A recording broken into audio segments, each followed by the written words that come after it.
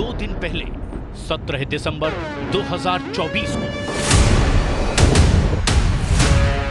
तुर्की के राष्ट्रपति एर्दोआन ने यूरोपीय आयोग के अध्यक्ष उर्सुला वॉन डेर लेयन से 1 बिलियन यूरो मिलने की खुशी का इजहार जिस अंदाज में किया, उससे अमेरिका और इजराइल दहल गए। एर्दोआन ने सीरिया में नए युद्ध का ऐलान किया, जिसमें तुर्की खुलकर अब जंगी हथियार चलाएगा। सीरिया के एक फाइटर ग्रुप का खात्मा करने तक ये युद्ध लड़ा जाएगा। Gerek DAEŞ, gerekse PKK ve uzantılarıyla mücadele görüşmemizde ele aldığımız hususların başında geldi.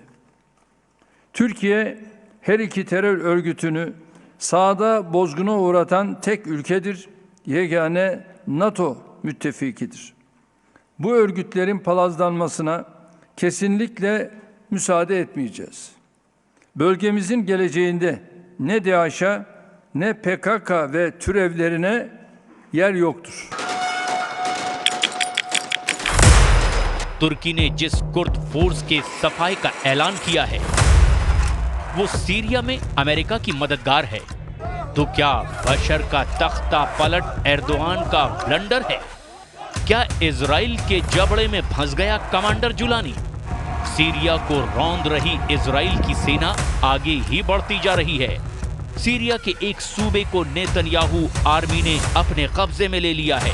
पर्दे के पीछे से युद्ध भड़का रहे एर्दोआन को आर पार की लड़ाई शुरू करनी पड़ रही है। तुर्की ने इजराइल से सीधे ना भिड़कर सीरिया में मौजूद अमेरिका के सबसे बड़े सहयोगी फोर्स के सफाई का इरादा जाहिर कर दिया है। एर्दोआन का लड़ाका कमांडर जुलानी, अमेरिका का लड़ाका कमांडर मजलूम आब्दी। सीरिया में नया सिविल वॉर शुरू। एर्दोआन बिछाएंगे 40 लाख लाशें। कमांडर जुलानी के फाइटर ने नई लड़ाई शुरू कर दी है। सीरिया में बशर को भगाने के बाद एर्दोआन का ये कमांडर भीषण खून खराबे का मिलिट्री ऑपरेशन ऑन कर चुका है। इस बार एर्दोआन ने जुलानी को 40 लाख लाशें बिछाने का कॉन्ट्रैक्ट दिया है।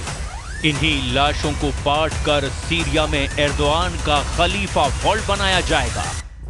सीरिया के बेताज बादशाह और HTS सरगना जुलानी को जरूरत पड़ी तो इस बार एर्दोआन एटम बम भी सौंप सकते हैं।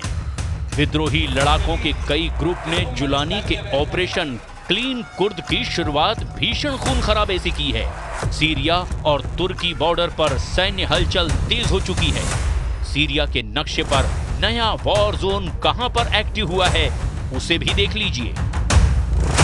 सीरिया तुर्की बॉर्डर पर सीरियन नेशनल आर्मी का कब्जा है। तुर्की समर्थित ये फाइटर ग्रुप सीरिया के कुर्द फाइटर के सबसे बड़े दुश्मन हैं।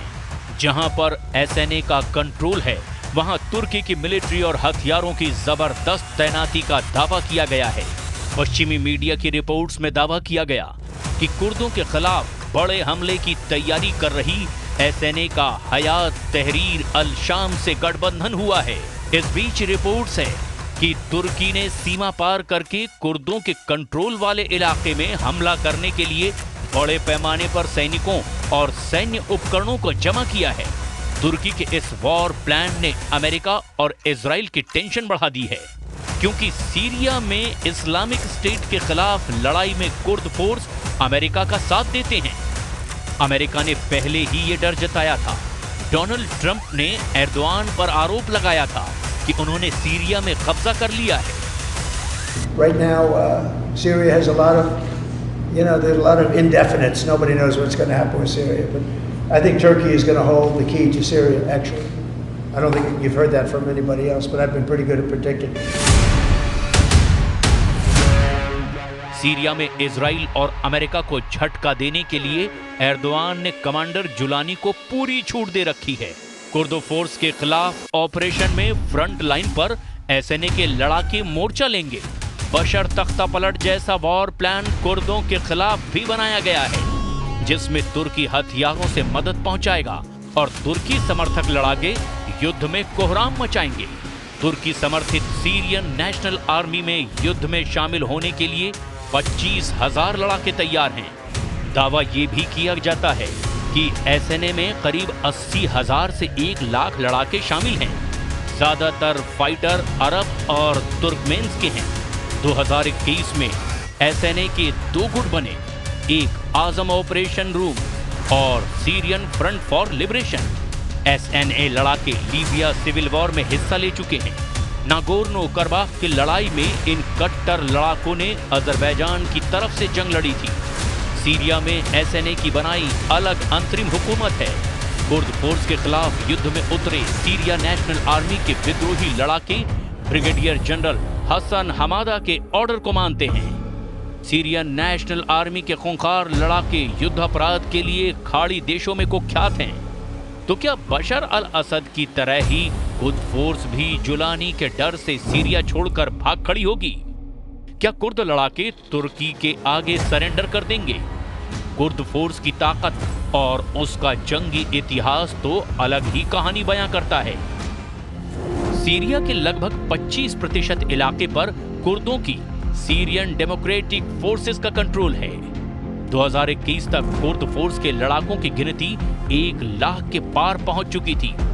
कुर्द लड़ाके एर्दोआन के लिए लंबे वक्त से सिरदर्द बने हुए हैं। इनकी सबसे बड़ी मांग अलग कुर्दिस्तान देश बनाने की है। कुर्द लड़ाकों ने अपने संगठन का नाम पेशमेगा रखा है, जिसका मतलब होता है वो लोग जो मौत का सामना करते हैं। मतलब कमांडर जुलानी के लड़ाके अगर सिर पर कफन बांधकर युद्ध करते हैं तो कुर्द लड़ाके भी जान हथेली पर रखकर दुश्मन से भिड़ते हैं।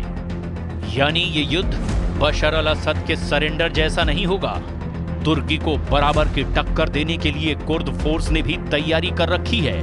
कुर्द लड़ाकों को इस वॉर में इजराइल की तरफ से बगैर मांगे समर्थन मिलने जा रहा है। इजराइल ने सीरिया में जैविक हथियारों की तबाही का मिशन शुरू कर रखा है। इस मिशन में जो भी बीच में आएगा उसे इजराइल नहीं छोड़ने वाला। इजराइल के राजदूत रूबेन अजार ने इस ऑपरेशन की डिटेल कुछ यूं दी है। There's no doubt that there are many radical groups in Syria. Syria for many years has been very dangerous towards Israel because it has been accumulating weapons of mass destruction, including chemical and biological weapons. They even tried to have a nuclear program. So Israel did the world a great favor, especially in the last week. Israel Syria में दुश्मनों के खात्मे तक हमले जारी रखेगा। इस हमले की जद में चाहे कमांडर जुलानी आए या फिर तुर्की की सपोर्ट में युद्ध लड़ रहे सीरियन नेशनल आर्मी के विद्रोही आए। इजराइल की मिसाइलें और कारतूस दमिश्क में तब तक फटेंगी जब तक नेतन्याहू को यकीन नहीं हो जाता कि हिजबुल्लाह और आईएसआईएस जैसे उनके दुश्मनों का दम उखड़ गया है। कुर्द फाइटर्स के लिए इजराइल के हमले जहां मददगार साबित हो सकते हैं, वहीं एर्दोआन का ख्वाब चकनाचूर होगा। हालात अगर हाथ से निकलते हैं तो तुर्की कुर्दों के सफाई के लिए महाविनाशकारी हथियारों का इस्तेमाल भी कर सकता है। तुर्की के पास अमेरिका के दिए 100 एटम बम हैं। नेटो फोर्स का सदस्य होने के नाते तुर्की में अमेरिका ने 100 एटमी हथियारों की तैनाती कर रखी है। दुनिया के सबसे घातक हथियार किसी भी फाइटर ग्रुप के हाथ लगें तो सीरिया ही नहीं, कई देशों तक तबाही मच सकती है।